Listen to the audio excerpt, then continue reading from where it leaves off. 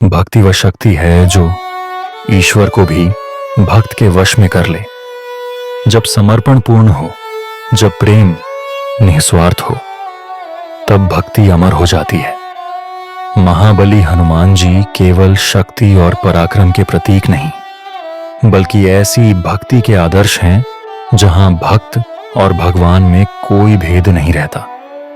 उनकी निष्ठा और समर्पण ने उन्हें अमर कर दिया। यही कारण है कि सदा सर्वदा जहां भी श्री राम का नाम लिया जाता है, वहां हनुमान जी की भक्ति की गूंज सुनाई देती है। प्रभु श्री राम के अनन्य भक्त महाबली हनुमान जी अपनी भक्ति, शक्ति और बुद्धिमत्ता के लिए पूरे जगत में विख्यात हैं। लेकिन एक बार ऐसा हुआ कि उन्हें सोने की जंजीरों में बांध दिया गया।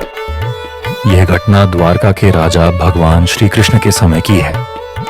यह उस समय की बात है जब भगवान श्री कृष्ण द्वारका में राज्य कर रहे थे। एक दिन उनकी प्रिय पत्नी सत्यभामा ने उनसे कहा, प्रभु, मैंने सुना है कि आपका सबसे बड़ा भक्त हनुमान जी हैं। क्या यह सत्य है? श्री कृष्ण मुस्कुराए और बोले, हाँ, हनुमान न केवल मेरे सबसे बड़े भक्त हैं, बल्कि वे साक्षात भक्ति और प्रेम के प्रतीक भी हैं। लेकिन सत्यभामा को यह स्वीकार नहीं हुआ। वे चाहती थीं कि श्री कृष्ण यह प्रमाणित करें कि हनुमान जी सबसे बड़े भक्त हैं। श्री कृष्ण ने उनकी इच्छा को भांप लिया और एक लीला रची। श्री कृष्ण ने अपने दूत को भेजकर हनुमान जी को द्वारका आमंत्रित किया। हनुमान जी जब वहां पहुंचे तो श्री कृष्ण ने उनका भव्य स्वागत किया। सभा में सभी राजा महाराजा, रुक्मिणी, सत्यभामा और अन्य रानियां भी उपस्थित थीं। सभा के मध्य में विशाल सोने का सिंहासन था, जिस पर स्वयं भगवान श्री कृष्ण विराजमान थे। उनके नेत्रों में अद्भुत तेज था। हनुमान जी जैसे ही वहां पहुंचे, उन्होंने श्रद्धा से प्रणाम किया और कहा, प्रभु, आपने मुझे स्मरण किया, यह मेरा सौभाग्य है। श्री कृष्ण ने स्नेह से कहा, हनुमान, मैं तुम्हारी भक्ति से प्रसन्न हूं, लेकिन यहां उपस्थित कुछ लोग तुम्हारी भक्ति की शक्ति को समझ नहीं पाए हैं, इसलिए आज मैं तुम्हारी भक्ति की परीक्षा लेना चाहता हूं। हनुमान जी ने सिर झुकाकर कहा, प्रभु, यह शरीर, ये मन, ये आत्मा, सब कुछ आपका ही है। आप जैसा उचित समझें करें। सत्यभामा ने आदेश दिया कि हनुमान जी को सोने की मजबूत जंजीरों से बांधा जाए। सोने की ये जंजीरें विशेष मंत्रों से युक्त थीं, जिन्हें कोई भी आसानी से तोड़ नहीं सकता था। सभा में बैठे सभी दरबारी यह देखने के लिए उत्सुक थे कि क्या हनुमान जी इन बंधनों को तोड़ पाएंगे। जंजीरों को कसकर बांध दिया गया, लेकिन हनुमान जी ने कोई प्रयास नहीं किया कि वे बंधन तोड़ें। वे एकदम शांत और स्थिर खड़े रहे। यह देखकर सत्यभामा और अन्य सभी लोग हैरान रह गए। सत्यभामा ने आश्चर्यचकित होकर पूछा, हनुमान जी, आप तो बलशाली हैं, फिर भी आप इन जंजीरों को क्यों नहीं तोड़ रहे? हनुमान जी ने मुस्कुराकर उत्तर दिया, माता, यह बंधन कोई साधारण बंधन नहीं है। यह श्री कृष्ण की लीला है और मैं अपने प्रभु के दिए हुए बंधन को कैसे तोड़ सकता हूं? भले ही ये जंजीरें सोने की हैं, लेकिन जब तक प्रभु की आज्ञा नहीं होगी, मैं इनसे मुक्त नहीं हो सकता।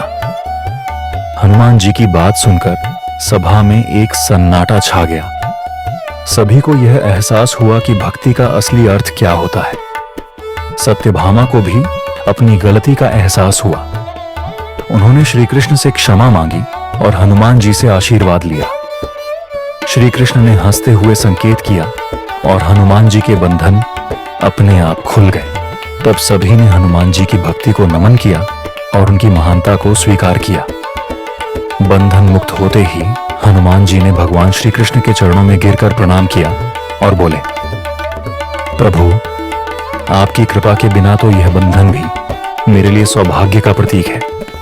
मैं हमेशा आपकी सेवा में रहना चाहता हूं। श्री कृष्ण ने प्रेम पूर्वक हनुमान जी के सिर पर हाथ रखा और बोले, हनुमान, तुम सच्चे भक्त हो, तुम्हारी भक्ति अमर है। सत्यभामा ने भी अपने हाथ जोड़कर हनुमान जी से क्षमा मांगी। हनुमान जी, मैंने अपनी अज्ञानता में आप पर संदेह किया, कृपया मुझे क्षमा करें। हनुमान जी ने मुस्कुराते हुए कहा, माता, भक्त और भगवान के बीच कोई संदेह नहीं होता। यह सब प्रभु की लीला थी, जिससे हम सभी कुछ सीख सकें। इस घटना के बाद रुक्मिणी जी ने श्री कृष्ण से पूछा, प्रभु, आप स्वयं भगवान हैं, फिर भी आप हनुमान जी की भक्ति की इतनी प्रशंसा क्यों करते हैं? श्री कृष्ण मुस्कुराए और बोले, रुक्मिणी, प्रेम का सबसे ऊंचा स्वरूप वही है जहां प्रेमी और प्रिय में कोई भेद न रह जाए। हनुमान जी का प्रेम ऐसा ही है। वे स्वयं को मेरे अंश से अलग नहीं मानते। यही सच्ची भक्ति है। यह सुनकर रुक्मिणी और सत्यभामा दोनों ने हनुमान जी के चरणों में प्रणाम किया। हनुमान जी ने सभी को आशीर्वाद दिया और श्री कृष्ण से विदा लेकर पुनः अपने धाम की ओर प्रस्थान किया। श्री कृष्ण ने घोषणा की कि हनुमान जी की भक्ति का कोई समान नहीं है। उन्होंने हनुमान जी को आशीर्वाद दिया कि जब तक इस संसार में भक्ति और प्रेम रहेगा, तब तक उनका यश भी अमर रहेगा। सभी दरबारी, सत्यभामा, रुक्मिणी और उपस्थित सभी लोग हनुमान जी की भक्ति को नमन करने लगे। उस दिन से सत्यभामा को यह समझ आ गया कि भक्ति केवल शक्ति से नहीं, बल्कि समर्पण से पूर्ण होती है। इस कथा से हमें यह सीख मिलती है कि भक्ति में शक्ति से अधिक समर्पण का महत्व होता है। हनुमान जी की भक्ति ने यह सिद्ध कर दिया कि भक्त को अपने ईश्वर की इच्छा के आगे स्वयं को समर्पित कर देना चाहिए। जय श्री राम, जय हनुमान।